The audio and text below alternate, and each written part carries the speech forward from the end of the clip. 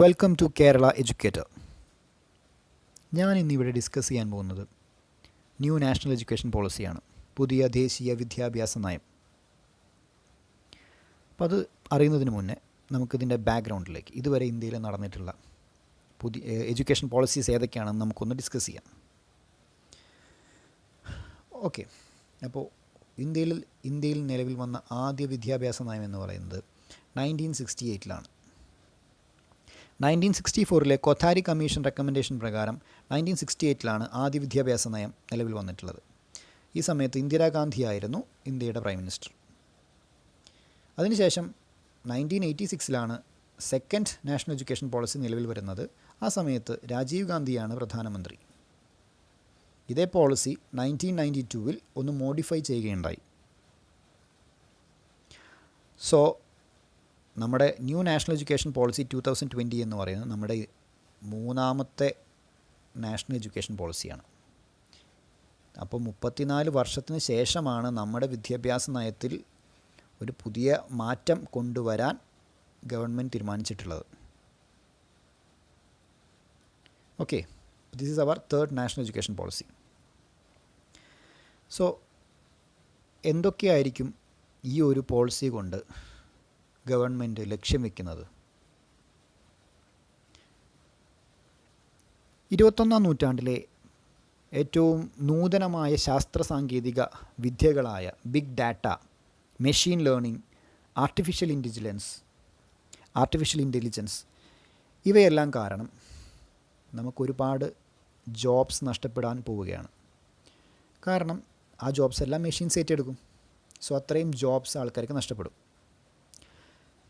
അതുകൊണ്ട് തന്നെ അത്തരത്തിലൊരു സ്കിൽ ഡെവലപ്പ് ചെയ്തെടുക്കുക എന്ന് പറയുന്നത് വളരെ ഒരു ഇമ്പോർട്ടൻ്റ് ആയ കാര്യമാണ്. സോ സ്കിൽ ഡെവലപ്മെൻറ്റാണ് നമ്മുടെ ആദ്യത്തെ ലക്ഷ്യം. അടുത്തതെന്ന് പറയുമ്പോൾ ഇപ്പോൾ നമ്മൾ നിലവിൽ നേരിടുന്ന COVID-19 എന്ന് പറയുന്ന വളരെ വലിയൊരു മഹാമാരി. അപ്പോൾ അതിനെ പല മേഖലകളിലെ ആൾക്കാർ ഒരുമിച്ച് പ്രയത്നിച്ചാണ് നേരിടുന്നത്. സോ ഒരു മൾട്ടി ഡിസിപ്ലിനറി അപ്രോച്ച് വളരെ ആവശ്യമായ ഒരു സന്ദർഭം നമുക്കിപ്പോൾ മുമ്പിലുള്ളതാണ്. ഇപ്പോൾ ആ ഉദാഹരണത്തിൽ പറയുകയാണെങ്കിൽ, ഇപ്പോൾ COVID-19 കാര്യം പറയുകയാണെങ്കിൽ ഇൻഫെക്ഷ്യസ് ഡിസീസ് മാനേജ്മെൻറ്റ് എന്ന് പറയുന്ന ആ ഒരു ഘട്ടം, അത് കഴിഞ്ഞ് വാക്സിൻ ഡെവലപ്മെൻറ്റ് എന്ന് പറയുന്ന മറ്റൊരു ഘട്ടം, അതുപോലെ തന്നെ ഇത് കാരണം ഉണ്ടാകുന്ന സോഷ്യൽ ഇഷ്യൂസ് മാനേജ്മെൻറ്റ് എന്ന് പറയുന്ന വേറൊരു ഘട്ടം. അപ്പോൾ ഇതെല്ലാത്തിൻ്റെയും കൂടി ഒരു കൊളാബറേറ്റീവ് റിസർച്ച് നമുക്ക് അത്യാവശ്യമാണ്. ആ ഒരു മൾട്ടി ഡിസിപ്ലിനറി അപ്രോച്ച് വേണം നമുക്ക് ഇതിനെ പിടിച്ചു കെട്ടാനായിട്ട്. അപ്പോൾ ഇതുപോലെ ഇന്ന് നമ്മൾ നേരിടുന്ന മറ്റ് പല പ്രശ്നങ്ങളും, അതായത് climate change, increasing pollution, natural resource depletion, അപ്പോൾ ഈ എല്ലാ മേഖലകളിലും ഒരു മൾട്ടി ഡിസിപ്ലിനറി അപ്രോച്ച് അത്യാവശ്യമാണ്. എങ്കിൽ മാത്രമേ നമുക്ക് അതിനൊരു ശാശ്വത പരിഹാരം കണ്ടെത്താൻ പറ്റൂ. സോ നമ്മുടെ സെക്കൻഡ് ലക്ഷ്യം എന്ന് പറയുന്നത് ഒരു മൾട്ടി ഡിസിപ്ലിനറി അപ്രോച്ചാണ്, നമ്മുടെ പോളിസിയുടെ രണ്ടാമത്തെ ലക്ഷ്യം. സോ നമ്മുടെ വിദ്യാർത്ഥികളിലും അത്തരത്തിലൊരു വ്യത്യസ്ത അഭിരുചികൾ, ഒരു ക്രിട്ടിക്കൽ തിങ്കിങ് വളർത്തിയെടുക്കാൻ ഈ ഒരു പോളിസി തീർച്ചയായും ലക്ഷ്യം വയ്ക്കുന്നുണ്ട്. ഓക്കെ, ഇപ്പോൾ ഇന്ത്യയെ ഒരു ഗ്ലോബൽ നോളജ് സൂപ്പർ പവർ ആക്കി മാറ്റിയെടുക്കണം എന്നുള്ളതാണ് ഇതിൻ്റെ പ്രധാന ലക്ഷ്യം. ഇന്ത്യയെ ഒരു ഗ്ലോബൽ നോളജ് സൂപ്പർ പവർ ആക്കി മാറ്റിയെടുക്കണമെന്നാണ് ഇതിൻ്റെ പ്രധാനപ്പെട്ട ലക്ഷ്യം. അപ്പോൾ ഈ പോളിസിയുടെ പ്രധാനപ്പെട്ട ഹൈലൈറ്റ്സ് എന്തൊക്കെയാണ് നമുക്ക് നോക്കാം. പബ്ലിക് സ്പെൻഡിങ് ഓൺ എഡ്യൂക്കേഷൻ അത് GDPയുടെ 6% വർദ്ധിപ്പിക്കാൻ തീരുമാനിച്ചിട്ടുണ്ട്. അപ്പോൾ എഡ്യൂക്കേഷന് മേലെ എത്രയാണോ സ്പെൻഡ് ചെയ്യുന്നത് ആ പൊതു സ്പെൻഡിങ്, പബ്ലിക് സ്പെൻഡിങ് എന്ന് പറയുന്നത് 6% ഇൻക്രീസ് ചെയ്യുക എന്നതാണ് ആദ്യത്തെ തീരുമാനം. അതേപോലെ സോഷ്യലി ആൻഡ് എഡ്യൂക്കേഷണലി ബാക്ക്വേർഡായ വിദ്യാർത്ഥികൾക്ക് ഇൻസെൻറ്റീവ്സ് നൽകുക എന്ന് പറയുന്നത് മറ്റൊരു ഫിനാൻഷ്യൽ ചേഞ്ചാണ്. നെക്സ്റ്റ് സ്ട്രക്ചറൽ ചേഞ്ച് എന്ന് പറയുന്നത് മിനിസ്ട്രി ഓഫ് ഹ്യൂമൻ റിസോഴ്സ് ഡെവലപ്മെൻറ്റിൻ്റെ പേര് മാറ്റാൻ പോവുകയാണ്. അത് ഇനി മുതൽ അറിയപ്പെടാൻ പോകുന്നത് ministry of education. Okay, ministry of education എന്നാണ് ഇനി മുതൽ അറിയപ്പെടാൻ പോകുന്നത്. അപ്പോൾ ഇതാണ് 2 ഹൈലൈറ്റ്സ് എന്ന് പറയുന്നത്. ഇനി നമുക്ക് ഓരോ മേഖലകളും വ്യത്യസ്തമായി എടുത്ത് ഒന്ന് വിശകലനം ചെയ്യാം. ആദ്യത്തേത് സ്കൂൾ എഡ്യൂക്കേഷൻ. സ്കൂൾ എഡ്യൂക്കേഷനിൽ വന്ന പ്രധാനപ്പെട്ട മാറ്റം എന്ന് പറയുന്നത് അതിൻ്റെ സ്ട്രക്ചർ തന്നെ മാറി. ഇതുവരെ ഉണ്ടായിരുന്നത് 10+2 എന്ന് പറയുന്നതായിരുന്നു. അത് 1 മുതൽ 10ാം ക്ലാസ് വരെ +1ഉം +2. അങ്ങനെ മൊത്തം 12 വർഷത്തെ സ്കൂൾ ജീവിതമാണ് ഉണ്ടായിരുന്നത്. ഇനി മുതൽ അത് അങ്ങനെയല്ല. 5+3+3+4 എന്നാണ്.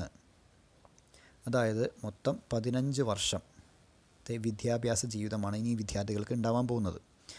അതായത് 5 എന്ന് പറയുന്നത് ഇവിടെ പിക്ചറിൽ കാണിച്ചിട്ടുള്ള പോലെ 3 വയസ്സ് മുതൽ തുടങ്ങും. 3 വയസ്സ് മുതൽ 8 വയസ്സ് വരെയാണ് ആദ്യത്തെ ഘട്ടം. അത് നമ്മൾ ഫൗണ്ടേഷണൽ സ്റ്റേജ് എന്ന് വിളിക്കും. അത് കഴിഞ്ഞിട്ട് പിന്നെ 3ാം ക്ലാസ് മുതൽ 5ാം ക്ലാസ് വരെ, അതായത് 8 വയസ്സ് മുതൽ 11 വയസ്സ് വരെ നമ്മുടെ അടുത്ത ഘട്ടമാണ്. അതിനെ നമ്മൾ പ്രിപ്പറേറ്ററി സ്റ്റേജ് എന്ന് വിളിക്കും. അത് കഴിഞ്ഞിട്ട് അടുത്തത് മിഡിൽ, പിന്നെ സെക്കൻഡറി. ഓക്കെ, അങ്ങനെ 4 ഘട്ടങ്ങളായിട്ടാണ്. ആദ്യം 5 വർഷം, പിന്നെ 3 വർഷം, 3 വർഷം, 4 വർഷം, മൊത്തം 15 വർഷമാണ് നമ്മുടെ വിദ്യാഭ്യാസ ജീവിതം. സോ 3 വർഷം, ഇവിടെ നിന്ന് 3 വർഷം എക്സ്ട്രാ നമ്മുടെ വിദ്യാഭ്യാസ ജീവിതത്തിൽ ഇനി കൂടാൻ പോവുകയാണ്. അതെന്തുകൊണ്ടായിരിക്കും അങ്ങനെ ചേഞ്ച് ചെയ്തതെന്നാണ്. സോ ഈ കുട്ടികൾ, അതായത് 3 വയസ്സ് മുതൽ 6 വയസ്സ് വരെ വിദ്യാർത്ഥികൾ, അവരെ ലക്ഷ്യം വെക്കുന്നത് എന്താണെന്ന് വെച്ച് കഴിഞ്ഞാൽ അവർക്ക് early childhood care and education നൽകുക എന്നതാണ് പ്രധാനപ്പെട്ട ലക്ഷ്യം. അതെന്തിനായിരിക്കും അങ്ങനെ കൊടുക്കുന്നത്? നമ്മുടെ വിദ്യാർത്ഥികളിൽ 85% വിദ്യാർത്ഥികളുടെയും ബ്രെയിൻ ഡെവലപ്മെൻറ്റ് നടക്കുന്നത് 6 വയസ്സിന് താഴെയായിരിക്കും. താഴെ തൊട്ട് 6 വയസ്സിന് മുന്നേ തൊട്ട് തന്നെ ഈ 85% വിദ്യാർത്ഥികളിലും ബ്രെയിൻ ഡെവലപ്മെൻറ്റ് ഉണ്ടാവുമെന്നാണ് പഠനങ്ങൾ തെളിയിക്കുന്നത്. സോ ആ സമയത്ത് തന്നെ നമുക്ക് അവർക്ക് വേണ്ട കെയറും ചൈൽഡ്ഹുഡ് കെയറും എഡ്യൂക്കേഷനും ഒക്കെ കൊടുക്കുകയാണെങ്കിൽ അത് വളരെ ഒരു ഗുണം ചെയ്യുന്ന കാര്യമായിരിക്കും. അതുപോലെ തന്നെ ഈ സാമൂഹികമായും സാമ്പത്തികമായും പിന്നോക്കം നിൽക്കുന്ന കോടിക്കണക്കിന് കുട്ടികൾക്ക് ഇതേപോലെ early childhood care and education കിട്ടുന്നില്ല. അപ്പം ഇത് കൊടുക്കുന്നതോടെ അവരുടെ ഒരുപാട് പ്രശ്നങ്ങൾ, അവർക്ക് അവരുടെ മാതാപിതാക്കൾക്ക് പൈസ ഇല്ല, അവരെ പഠിപ്പിക്കാൻ പൈസ ഇല്ലെങ്കിൽ അതൊക്കെ ഇവർക്ക് വളരെ സഹായകമായിരിക്കും. സോ ഇങ്ങനെ ഈ early childhood care and education അതിനുവേണ്ടി ഒരു ഫ്രെയിം വർക്ക് ഡെവലപ്പ് ചെയ്യുന്നത് NCERT ആണ്. ഓക്കെ, സോ ഈ 3 വയസ്സ് മുതൽ 6 വയസ്സ് വരെയുള്ള വിദ്യാർത്ഥികൾക്ക് ഒരു യൂണിവേഴ്സലൈസേഷൻ ഓഫ് എഡ്യൂക്കേഷൻ, അത് കംപ്ലീറ്റ് ആക്കുന്നത് 2030 കംപ്ലീറ്റായി നടപ്പിലാക്കുമെന്നാണ് നമ്മൾ ഉദ്ദേശിക്കുന്നത്. അതുവരെ പിന്നെ നമ്മൾ നോക്കുകയാണെങ്കിൽ 5ാം ക്ലാസ് വരെയുള്ള വിദ്യാർത്ഥികൾക്ക് അവരുടെ മീഡിയം ഓഫ് എഡ്യൂക്കേഷൻ എന്ന് പറയുന്നത് അവരുടെ മദർ ടങ്ങിലായിരിക്കും.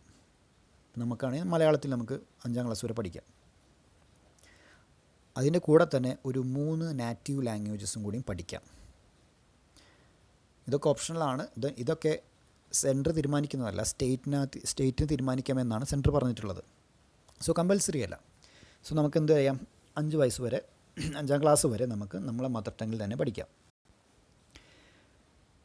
പിന്നെയുള്ള ഏറ്റവും ഒരു ഇമ്പോർട്ടൻ്റ് ആയ വ്യത്യാസം ഒരു വ്യത്യാസം കൊണ്ടുവന്നിട്ടുള്ള എന്താണെന്ന് വെച്ച് കഴിഞ്ഞാൽ 6ാം ക്ലാസ് മുതലുള്ള വിദ്യാർത്ഥികൾക്ക് നമ്മുടെ 21st സെഞ്ച്വറിയിലെ പുതിയ ടെക്നോളജികളായ കോഡിങ് പോലത്തെ പുതിയ സമ്പ്രദായങ്ങൾ പഠിക്കാൻ പറ്റും. കോഡിങ് അതേപോലെ വൊക്കേഷണൽ ട്രെയിനിങ് ഒക്കെ 6ാം ക്ലാസ് മുതൽ ഇനി വിദ്യാർത്ഥികൾ കിട്ടും. സോ അവരുടെ സ്കില്ലും അവരുടെ ക്രിട്ടിക്കൽ തിങ്കിങ്ങും അവരുടെ എബിലിറ്റി എല്ലാം വർദ്ധിക്കും. സോ അതൊരു ഇമ്പോർട്ടൻ്റ് ആയ മാറ്റമാണ്. പിന്നെ മൊത്തത്തിൽ എക്സാംസ് വളരെ സിമ്പിളാക്കും.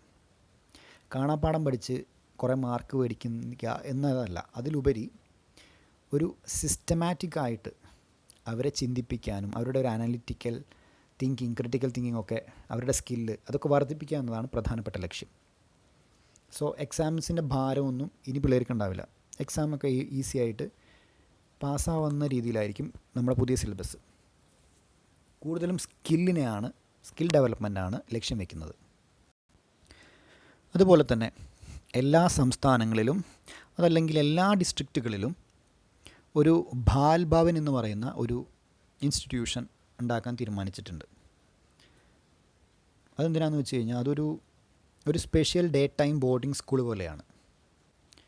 അവിടെ art related, career related, player related എല്ലാ ആക്ടിവിറ്റീസിനെയൊക്കെ വേണ്ട രീതിയിലുള്ള എൻകറേജ്മെൻറ്റ്സ് എല്ലാം കൊടുക്കുന്ന ഒരു ഡേ ടൈം ബോർഡിംഗ് സ്കൂൾ പോലത്തെ ഒരു സെറ്റപ്പാണത്. അതുപോലെ തന്നെ സോഷ്യലി എഡ്യൂക്കേഷണലി പിന്നോക്കം നിൽക്കുന്ന കുട്ടികൾക്ക് ഒരു ജെൻഡർ ഇൻക്ലൂഷൻ ഫണ്ട് സെറ്റപ്പ് ചെയ്യുന്നുണ്ട്. അതുപോലെ തന്നെ ഡിഫറൻ്റ്ലി ഏബിൾഡ് കുട്ടികൾക്ക് ഒരു റെഗുലർ സ്കൂളിങ്ങിൻ്റെ പാർട്ടാവാനുള്ള ഒരു തുറന്ന അവസരം ഇതിലൂടെ ലഭിക്കുന്നുണ്ട്. സോ ഇതൊക്കെയാണ് സ്കൂൾ എഡ്യൂക്കേഷൻ്റെ കാതലായ മാറ്റങ്ങൾ. അടുത്തത് നമുക്ക് ഹയർ എഡ്യൂക്കേഷൻ്റെ മാറ്റങ്ങൾ എന്തൊക്കെയാണെന്ന് നോക്കാം. ഇനി മുതൽ എല്ലാ ഹയർ എഡ്യൂക്കേഷൻ ഇൻസ്റ്റിറ്റ്യൂഷൻസും except legal and medical college, നിയമം അതേപോലെ മെഡിക്കൽ, ഈ കോളേജ് ഒഴികെ ബാക്കി എല്ലാ ഹയർ എഡ്യൂക്കേഷൻ ഇൻസ്റ്റിറ്റ്യൂഷൻസും ഒരു സിംഗിൾ റെഗുലേറ്ററിന് കീഴിൽ കൊണ്ടുവരികയാണ്. അതുപോലെ തന്നെ private and public higher education institutions എല്ലാം ഇനി എല്ലായിടത്തും ഒരേ നിയമമായിരിക്കും. അതുപോലെ തന്നെ MPhil എന്ന് പറയുന്ന കോഴ്സ് നിർത്തി, അങ്ങനെ ഒരു പരിപാടി ഇനി മുതലുണ്ടായിരിക്കില്ല. അതേപോലെ എല്ലാ യൂണിവേഴ്സിറ്റികളിലും എല്ലാ ഹയർ എഡ്യൂക്കേഷൻ ഇൻസ്റ്റിറ്റ്യൂഷൻസിലും അഡ്മിഷന് വേണ്ടിയുള്ള എൻട്രൻസ്, ഒരു കോമൺ എൻട്രൻസ് എക്സാം ആയിരിക്കും ഇനി മുതലുണ്ടായിരിക്കുക. അതേപോലെ UGC, AICTE എന്ന് പറയുന്ന ഇൻസ്റ്റിറ്റ്യൂഷൻസ്, AICTE എന്ന് പറയുന്നത് ടെക്നിക്കൽ എഡ്യൂക്കേഷൻ്റെ, അതേപോലെ UGC യൂണിവേഴ്സൽ ഗ്രാൻറ്റ്സ് കമ്മീഷൻ, ഇതൊക്കെ സ്ക്രാപ്പ് ചെയ്ത് പുതിയ ആ ഒരു സിംഗിൾ റെഗുലേറ്ററാണ് ഇനി മുതൽ ഉണ്ടാവാൻ പോകുന്നത്. അതുപോലെ കോളേജുകളുടെ അഫിലിയേഷൻ, യൂണിവേഴ്സിറ്റിക്ക് കീഴിൽ കോളേജുകളുടെ അഫിലിയേഷൻ ഒരു 15 വർഷത്തിനുള്ളിൽ നിർത്തലാക്കും. അത് കഴിഞ്ഞിട്ട് ഓരോ ഗ്രേഡ് അനുസരിച്ച് ഈ കോളേജുകൾക്കെല്ലാം ഒരു ഓട്ടോണമി, ഒരു ഗ്രേഡഡ് ഓട്ടോണമി കൊടുക്കാനാണ് പദ്ധതിയിടുന്നത്. അതൊരു സ്റ്റേജ് വേസ് മെക്കാനിസം വഴി ഓരോ കോളേജിനും ഓരോ ഗ്രേഡ് അനുസരിച്ചുള്ള ഓട്ടോണമി കൊടുക്കാനാണ് പദ്ധതിയിടുന്നത്. അതുപോലെ തന്നെ ഫോറിൻ യൂണിവേഴ്സിറ്റികളെ ഇന്ത്യയിലേക്ക് കൊണ്ടുവരും. സോ ഈ ഫോറിൻ യൂണിവേഴ്സിറ്റികളുമായി നമ്മുടെ ഇന്ത്യയിലെ യൂണിവേഴ്സിറ്റികൾ കോമ്പീറ്റ് ചെയ്യുമ്പോൾ അവരുടെ ഒരു കോമ്പറ്റീറ്റീവ്നെസ് വർദ്ധിക്കും. സോ അത് നമ്മുടെ യൂണിവേഴ്സിറ്റികൾ ഗുണം ചെയ്യും. അതേപോലെ ഈ പിക്ചറിൽ കാണിച്ചിരിക്കുന്നത് പോലെ നമ്മുടെ ഡിഗ്രി കോഴ്സിൻ്റെ കാലാവധി എന്ന് പറയുന്നത് 4 വർഷമാണ്. 3 അല്ല 4 വർഷമായി. ഓക്കെ, അതിൻ്റെ ഏറ്റവും പ്രത്യേകത എന്ന് പറയുന്നത് മൾട്ടിപ്പിൾ എൻട്രി ആൻഡ് എക്സിറ്റ് ഓപ്ഷനാണ്. ഓരോ വർഷം കഴിയുമ്പോഴും നമുക്ക് വേണമെങ്കിൽ അകത്തേക്ക് വരാം അല്ലെങ്കിൽ പുറത്തേക്ക് പോകാം. അല്ലാണ്ട് ഡ്രോപ്പ് ഔട്ട് എന്ന് പറയുന്ന ഒരു സമ്പ്രദായം ഇപ്പം ഇല്ല. ഇനി മുതൽ ഡ്രോപ്പ് ഔട്ട് എന്ന് പറയുന്ന ഒരു പരിപാടി ഇനി മുതലില്ല. അതായത് ആദ്യം വർഷം കഴിഞ്ഞ് നമ്മൾ കോളേജിൽ നിന്ന് നിർത്തി പോവുകയാണെങ്കിൽ നമുക്കൊരു സർട്ടിഫിക്കറ്റ് കിട്ടും. 2ാം വർഷം കഴിഞ്ഞ് നിർത്തി പോവുകയാണെങ്കിൽ നമുക്കൊരു അഡ്വാൻസ് ഡിപ്ലോമ സർട്ടിഫിക്കറ്റ് കിട്ടും.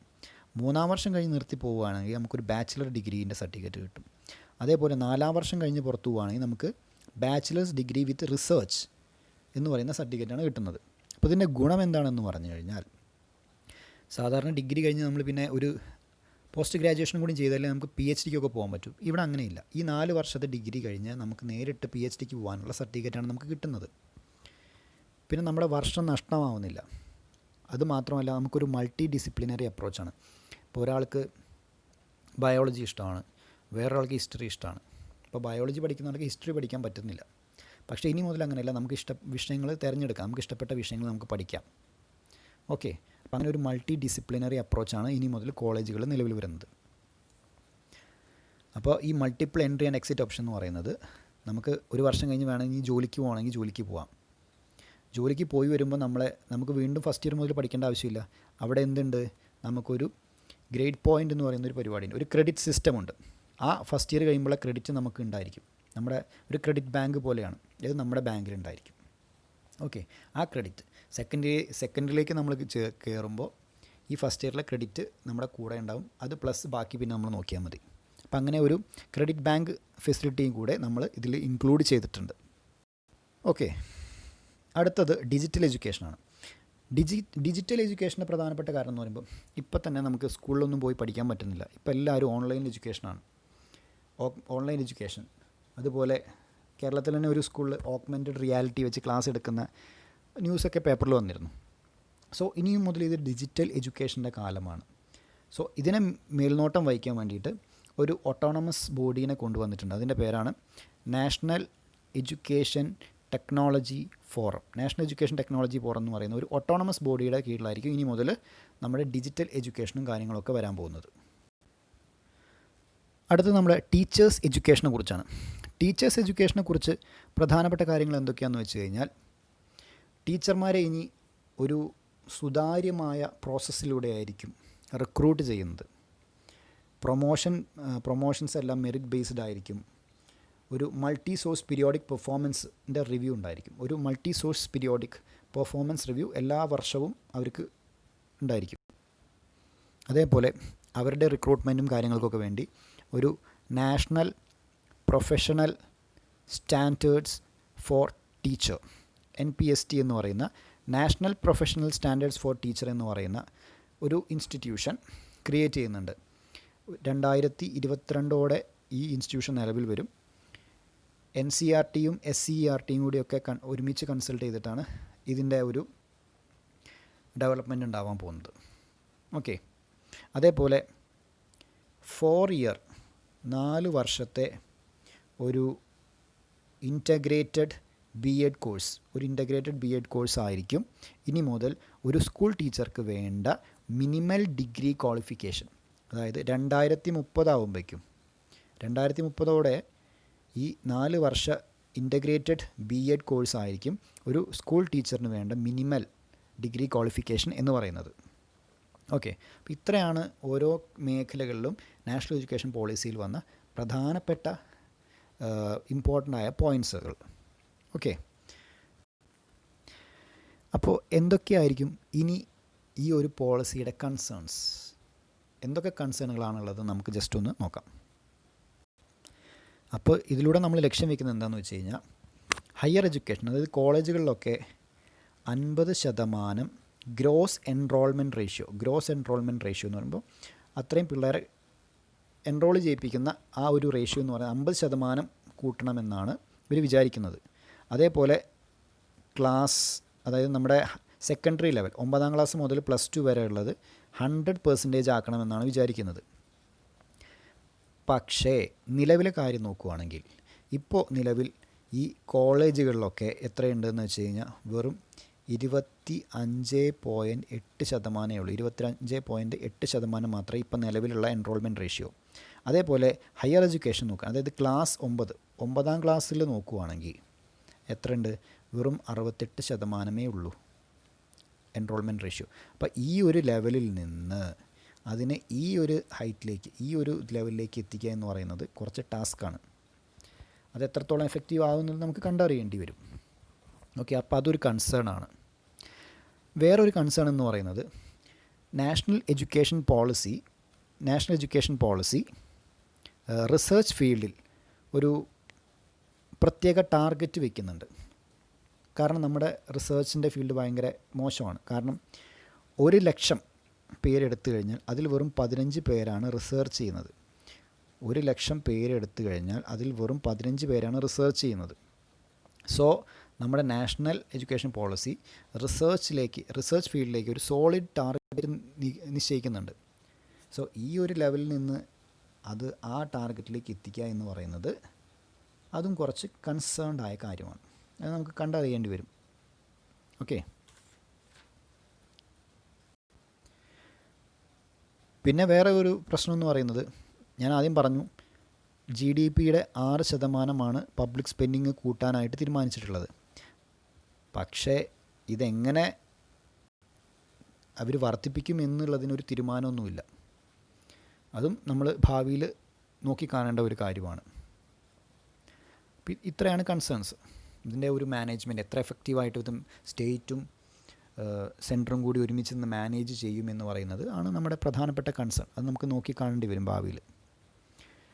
ഓക്കെ. എന്തൊക്കെ പറയുകയാണെങ്കിലും ഈ നാഷണൽ എഡ്യൂക്കേഷൻ പോളിസി 2020 ഇത് നമ്മൾ കറക്റ്റായിട്ട് ഫോളോ ചെയ്യുകയാണെങ്കിൽ, ഓരോ റിഫോംസും ഐഡിയാസും പ്രോപ്പറായി നടപ്പിലാക്കാൻ ശ്രമിക്കുകയാണെങ്കിൽ അത് തീർച്ചയായും ഇന്ത്യയെ ഒരു ഗ്ലോബൽ നോളജ് സൂപ്പർ പവറാക്കി മാറ്റും ഭാവിയിൽ എന്നുള്ളതിനൊരു സംശയവുമില്ല. സോ ഇത്രയാണ് നാഷണൽ എഡ്യൂക്കേഷൻ പോളിസിയുടെ ഒരു ചെറിയ ഔട്ട്ലുക്ക് പറയുന്നത്. So thank you. നെക്സ്റ്റ് ക്ലാസ്സിൽ നമുക്ക് കാണാം.